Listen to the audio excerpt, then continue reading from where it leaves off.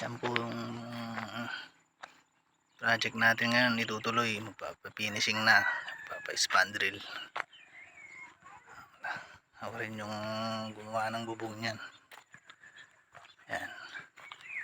Bali, double gutter yan. Double gutter. Yan yung kanya.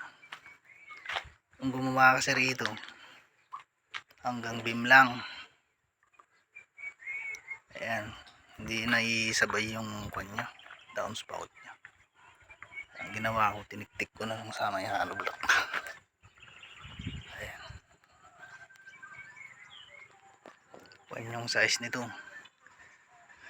8x9. Yan. Yan yung double gutter niya.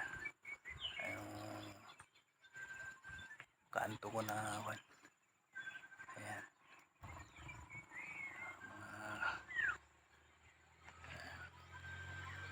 Finish natin yan. Loob at saka labas sa mag-spandrel.